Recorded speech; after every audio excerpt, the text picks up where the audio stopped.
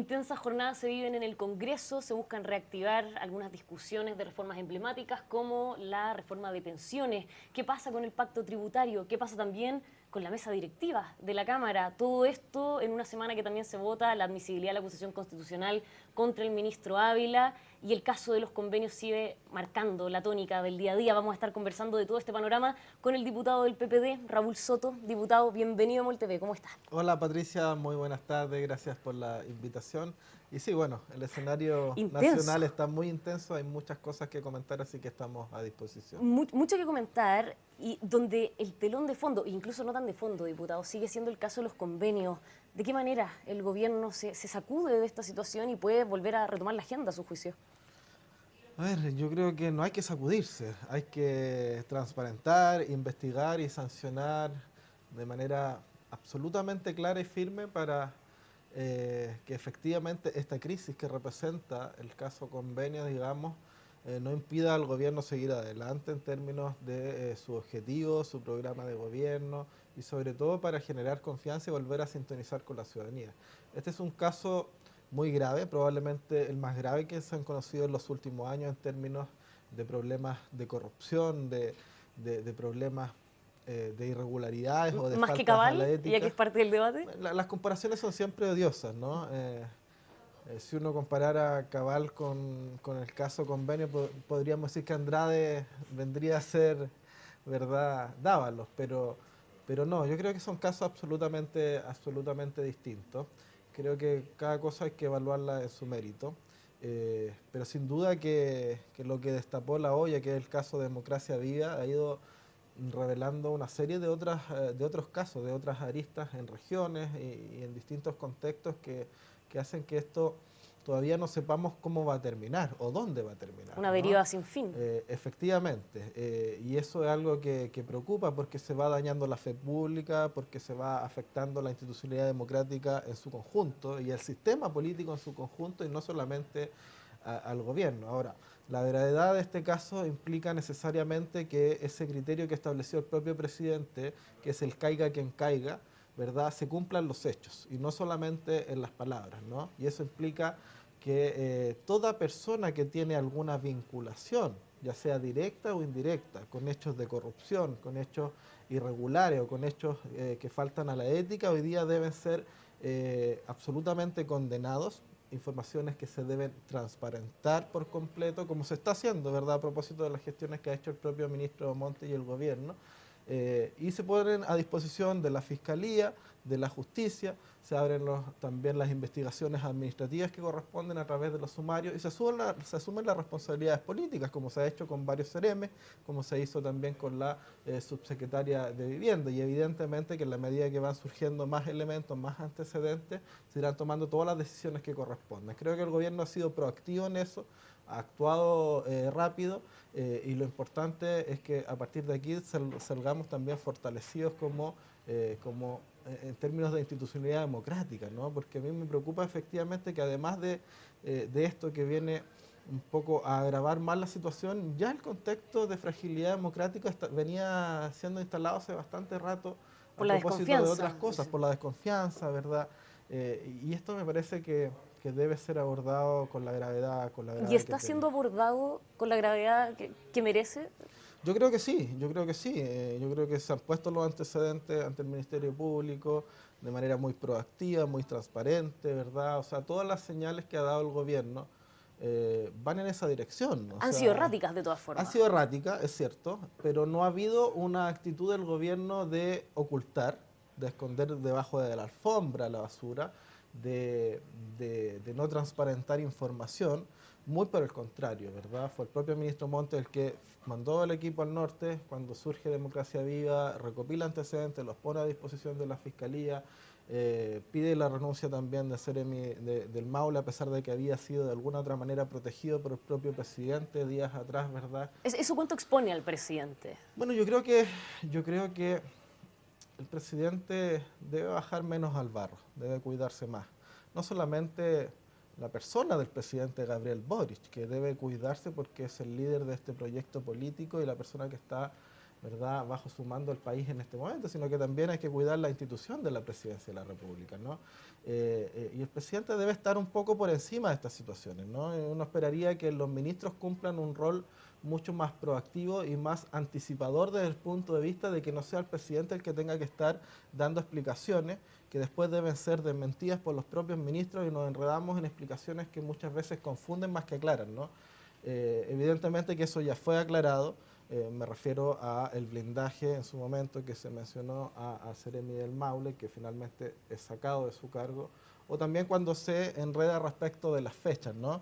Eso fue ¿Cuándo aclarado. se enteró el gobierno? Esa es la Claro, gran pregunta. fue un error, fue una torpeza si tú quieres, pero no una mala intención, ni mucho menos, ¿verdad?, un reconocimiento de que se conocían los antecedentes de antes, ¿no? Acá es el Estado el que toma conocimiento cuando la Seremi de Antofagasta, ¿verdad?, recibe esta información y no la escala a los niveles que era prudente hacerlo en ese momento para que esta información fuera conocida también por los superiores jerárquicos y sobre todo también por la justicia. Ahora lo importante es que ese caiga quien caiga implique que todas las personas que vayan apareciendo en antecedentes como vinculadas o indirectamente sean absolutamente extirpadas del gobierno y que sean puestas a disposición de la justicia y de las vías administrativas de investigación que se están abriendo. Yo creo que eso es clave para resguardar la institución democrática, para resguardar que la sangre no llegue a la moneda a instalarse y sobre todo al entorno del presidente Gabriel Boric más cercano, pero sobre todo también considerando que estamos en un momento donde todo lo que pase respecto de este caso probablemente va a marcar también el futuro de la institucionalidad democrática de Chile, ¿no? Y a los futuros gobiernos. Y aquí tiene que haber un antes y un después en la relación del Estado con la sociedad a través de las organizaciones intermedias, que son muy necesarias, ¿verdad? Evidentemente, el tejido social es necesario, las fundaciones, las corporaciones, históricamente muchas de ellas han cumplido roles importantes en la sociedad y en el desarrollo del país, sobre todo en temas sociales, pero cuando hay fisuras, ¿verdad?, ya sea en la legislación o se hacen fisuras que permiten que ciertas personas saquen provecho económico o político de ciertas posiciones de poder al interior de un gobierno o de ciertos vínculos con ciertas personas que tienen poder, eso es algo que debe ser combatido con toda la rigurosidad y con toda la fuerza de la ley porque nos va dañando como país, ¿no? Nosotros tenemos una tradición histórica de un país serio en esta materia. Han habido muchos casos de corrupción en el pasado, algunos de ellos se han tapado y yo espero que en este caso no se tape. Yo espero que los chilenos y chilenas tengan la posibilidad de saber a fondo lo que aquí ha ocurrido y que quienes son responsables paguen en todos los niveles que tienen que pagar. Diputado, ¿y esto cuánto marca y cuánto daña al propio gobierno y los años que le quedan en la moneda? Sobre todo si pensamos que después de la cuenta pública de hace solo unas semanas del presidente Gabriel Boric, ya a los 2 días teníamos distintos personeros ligados al corazón de la moneda, al Frente Amplio, hablando del legado del Ejecutivo. A ver, yo espero que no dañe, ¿no? Yo espero que se logre contener el desangramiento que está ocurriendo en este momento. ¿Y cómo se contiene? Porque aquí ya hay muchas voces y presiones de la derecha, pero también de la centroizquierda, en que, por ejemplo, salga el ministro Giorgio Jackson o incluso que salga el ministro Carlos Montes. Que acá es muy importante cuando se trata de eventuales hechos de corrupción, separar la paja del trigo, ¿no? Cuando se cae en la tentación de meter a todos en el mismo saco, ¿ya? Y sin pruebas, sin antecedentes, sin una vinculación directa o indirecta, ¿verdad? Se empiezan a pedir renuncias de manera ligera de autoridades por lo que representan, por lo que son, por su historia, por lo que sea, por su militancia, ¿verdad? Creo que eso representa un peligro también para la democracia, ¿no? Si alguien me dice o me trae un antecedente de que el ministro Jackson o el ministro Montes tiene una vinculación con los hechos de corrupción de manera directa o indirecta, yo voy a ser el primero en pedir que salgan del gobierno, ¿ya? Pero hasta ahora eso no ha ocurrido.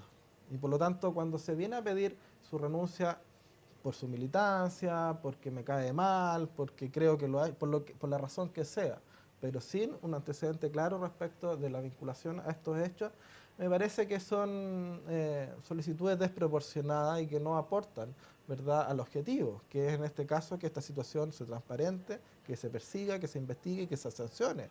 Y hoy día, ¿verdad?, el ministro Montes, por ejemplo, ¿verdad?, ha cumplido un rol de colaborar con que ese objetivo se cumpla, ¿no? Es garante de aquello y lo ha demostrado y por lo tanto yo creo que hay que ser claro. categórico, ¿verdad? Firme respecto de esta situación, pero al mismo tiempo prudente, ¿verdad? Para erradicar las responsabilidades donde efectivamente están y que esto no termine, ¿verdad? Afectando todo el sistema, al sistema político. Bueno, los cambios de gabinete no siempre son a propósito de las responsabilidades puntuales de los Sí. ministros, sino que también para dar un nuevo impulso, un nuevo aire al gobierno a propósito de una crisis. En ese sentido, Sí. ¿cuánto sentido le hacen a usted las presiones que existen para que salga el ministro Jojo Jackson? Bueno, esa otra cosa. A ver, yo creo que en este momento, para que se separe efectivamente la paja del trigo, es importante que por ahora se mantenga el tema radicado en la arista judicial y administrativa y que se radiquen bien las responsabilidades penales, criminales y las responsabilidades administrativas, ¿ya? Una vez que eso esté claro, para no meter todos dentro del mismo saco, conversemos las responsabilidades políticas, que han existido. O sea, ha salido Seremi, salió la subsecretaria de Vivienda, claro, algunos piden responsabilidades políticas mayores a niveles ministeriales. Eso lo tendrá que evaluar el presidente de la República, evidentemente, que si la sangre llega a la moneda, ¿verdad?, y el entorno del presidente y pone en riesgo el proyecto político del gobierno, el presidente va a tener que tomar una decisión y él determinar cuál es el mejor momento para hacer un cambio desde esa perspectiva que permita generar un giro, que permita dar una señal al país también respecto de una certeza en esa materia. A propósito de señales, ¿debiera el gobierno querellarse por el caso Convenio?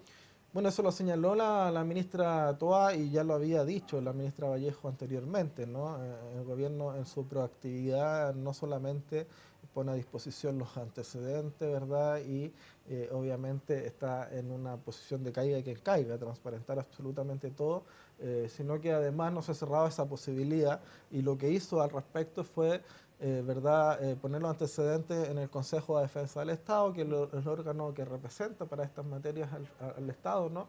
De manera tal de que analice todos los casos que hay sobre la mesa hoy día y en virtud de eso se haga un análisis jurídico respecto de dónde es necesario, dónde amerita o no, digamos, que se presenten querellas o se sume el gobierno a estas iniciativas. Diputado, ¿y cómo están los ánimos entre las coaliciones, entre el PPD, el Frente Amplio, específicamente Revolución Democrática?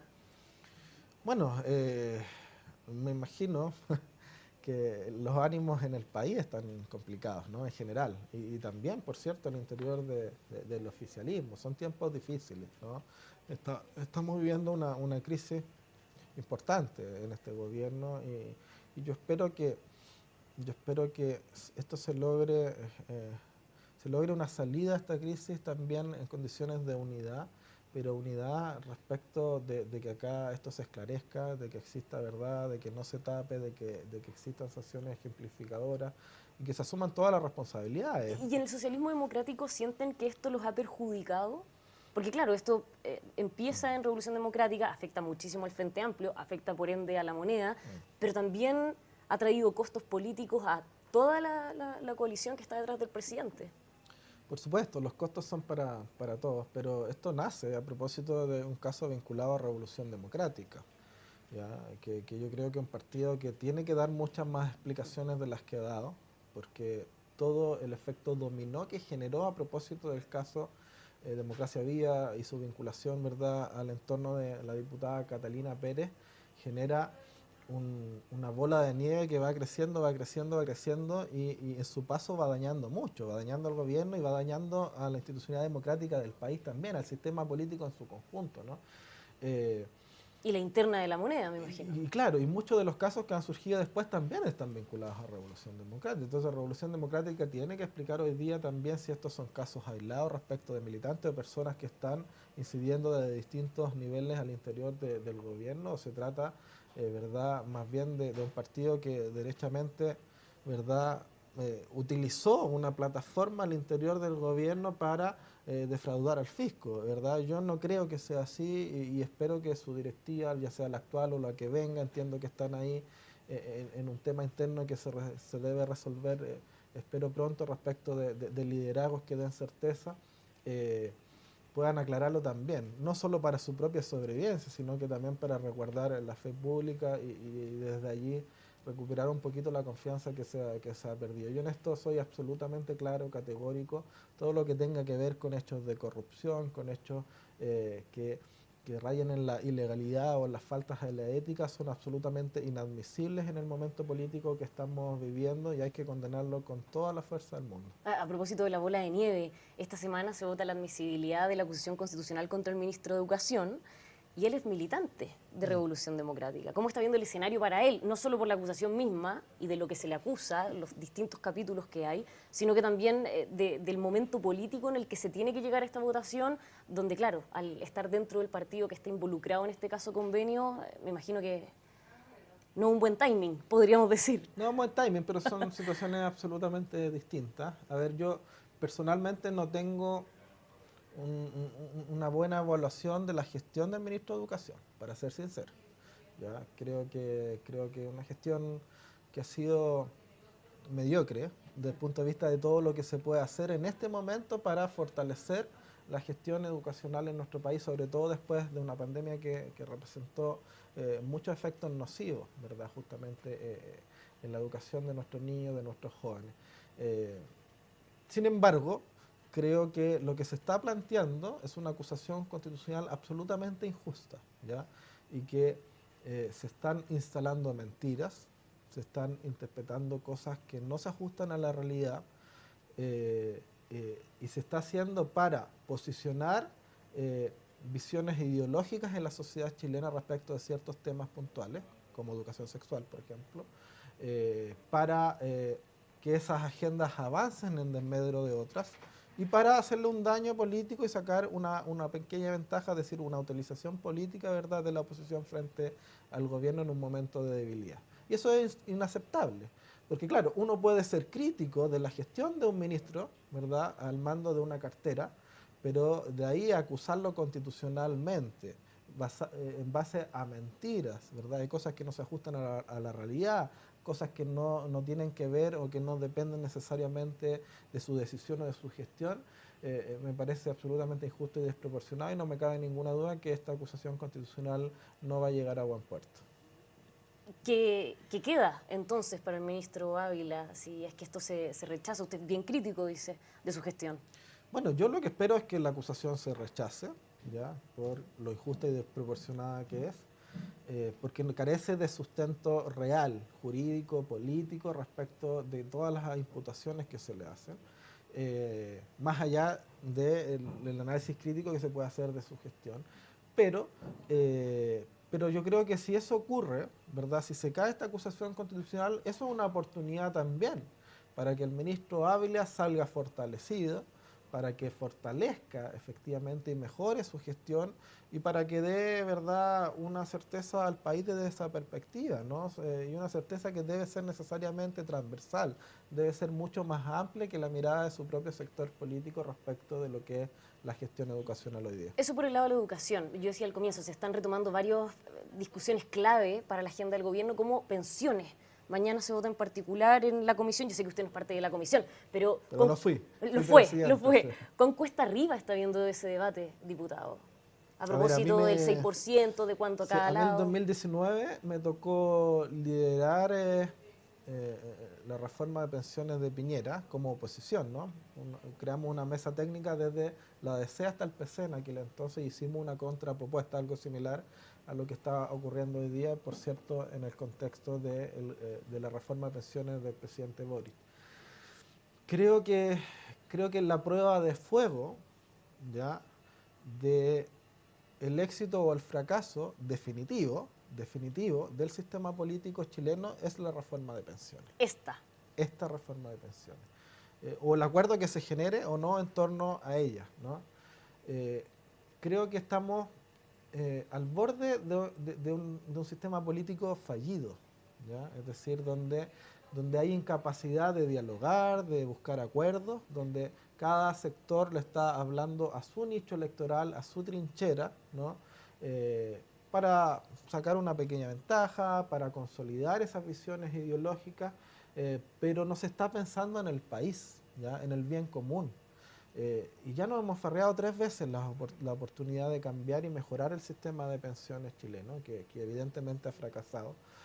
Pasó con Bachelet, pasó con Piñera, bueno, espero que no pase nuevamente.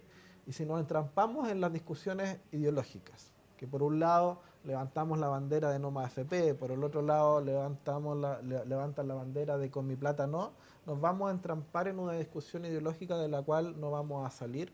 Eso va a significar que no va a haber acuerdo, que no va a haber mejora de pensiones, que no va a haber reforma, y los platos rotos los van a pagar los jubilados de nuestro país una vez más. El fracaso de eso creo que va a representar la renuncia del sistema político a cumplir su rol, ¿ya? A hacer política dejando de lado las diferencias para llegar a acuerdos en beneficio de la gente. Y creo que eso representa también un riesgo para el futuro. ¿Ya? Yo llamo a ponerle sentido de responsabilidad a esto. ¿Ya? Va a haber que ceder. Va a haber que ceder, pragmatismo, sentido común. Eso significa que hay que ceder mucho, ceder hasta que duela. ¿Ya? Generemos un sistema mixto que permita mantener lo mejor del sistema actual de capitalización individual y complementarlo con lo mejor de los sistemas solidarios en el mundo, los sistemas mixtos en el mundo, que es lo que nos falta hoy día, ¿no? Creo que esa convergencia de factores nos va a permitir tener un sistema que permita cumplir el principal objetivo, que es mejorar las pensiones y dar seguridad y dar dignidad en la vejez a los chilenos y chilenas, que es lo que está lamentablemente faltando hoy día. Oye, y para todo esto y para alcanzar el acuerdo, ¿cuán relevante se hace, a fin de cuentas, o no, a su juicio, quién esté presidiendo la Cámara en la mesa? A ver, las instituciones funcionan siempre a pesar... Está fuerte la disputa ahí entre la DC y el PC. Independiente de quién sea quien las dirija, ¿no? Yo fui presidente de la Cámara de Diputadas y Diputados y claro, uno incide, ¿verdad? Incide dependiendo de cuál sea el tipo de liderazgo que va a ejercer. Por ejemplo, yo ejercí un liderazgo que siempre fue dialogante y siempre buscó acuerdos transversales, y eso fue algo muy valorado transversalmente. Incluso salí aplaudido en su momento por la propia oposición, ¿no? Cosa que no es fácil. Y a veces me tocó también que eso significara una crítica de los más cercanos, ¿no? Porque cuando uno hace un análisis crítico respecto de la realidad, eso implica objetividad, ¿no? Eso implica decir las cosas cuando están bien y aplaudirlas, pero también decir cuando las cosas están mal y deben corregirse. Y acá lo más importante es que quien llegue a la presidencia de la Cámara dé garantías de gobernabilidad, dé garantías de ecuanimidad, y ponga por delante el interés de la institucionalidad más allá del sector político que representa, ¿no? Se ha perdido un poco eso, se ha perdido un poco la estatura o la visión de Estado respecto de roles que son institucionales y sobre los cuales hay que actuar con más imparcialidad y no abanderizarse tanto, ¿verdad?, en función de lo que yo pienso, de lo que yo represento. Yo creo que lo importante acá es que el acuerdo ojalá se cumpla, que la democracia cristiana con el Partido Comunista se pongan de acuerdo, porque allí está la divergencia y que se alcance una mayoría que permita dar gobernabilidad a la Cámara de Diputados. Si eso no ocurre, vamos a probablemente estar bajo el riesgo de que la Cámara la lidere la oposición, ¿verdad? O que se genere una situación de inestabilidad, que ya ocurrió. ¿Por qué Vladimir Milošević termina tan mal como termina? ¿Verdad? Porque no logró una mayoría sólida para llegar al cargo de presidente en la Cámara. Se generó una disputa muy reñida, muy estrecha, y nosotros lo advertimos en su momento. Nosotros pedimos un acuerdo transversal que generara gobernabilidad también con sectores políticos distintos, de manera tal de dar esa certeza institucional. Lamentablemente eso no ocurrió. Terminan, en verdad, 2 vicepresidentes renunciados. Tiene que integrar la mesa, ahora hace unos días atrás, ¿verdad?, como primer vicepresidente por unos días, Cristian Tape, el jefe de mi bancada. Una cuenta pública que estuvo más bien, pasó desapercibida a propósito de todos los temas que hay también, pero eso no puede volver a ocurrir, ¿verdad? Creo que la lógica de tratar de imponer una visión por sobre otra, aunque signifique ganar por 1, 2, 3 votitos, ¿verdad?, no debe ser la lógica que sigamos de aquí en adelante. Pasó con la mesa de la Cámara, pasó con la reforma tributaria, espero que no pase con la reforma de pensiones. La lógica de la confrontación hay que cambiarla por la lógica del diálogo, ¿verdad? La lógica de la trinchera ideológica hay que cambiarla por la lógica de la búsqueda de acuerdos, ¿no? Yo creo que eso va a permitir dar una sensación de mayor seguridad, estabilidad y certeza a los chilenos, que es lo que más se requiere hoy día. Y en cuanto a la gestión de gobierno, Creo que hay que pasar de un gobierno de transformaciones a un gobierno de realizaciones. La gente hoy día quiere, ¿verdad?, una gestión que llegue rápidamente a mejorar sus condiciones de vida, las principales preocupaciones, seguridad, economía, salud, educación, vivienda, ¿verdad? Y ese es un tema que se puede mejorar con mejor gestión y que en muchos casos ni siquiera requiere, ¿verdad?, cambios legislativos. Diputado, muchísimas gracias por habernos acompañado. Muchas gracias a ti. Y a todos ustedes los dejamos como siempre invitados a que sigan con nosotros aquí en emol.com.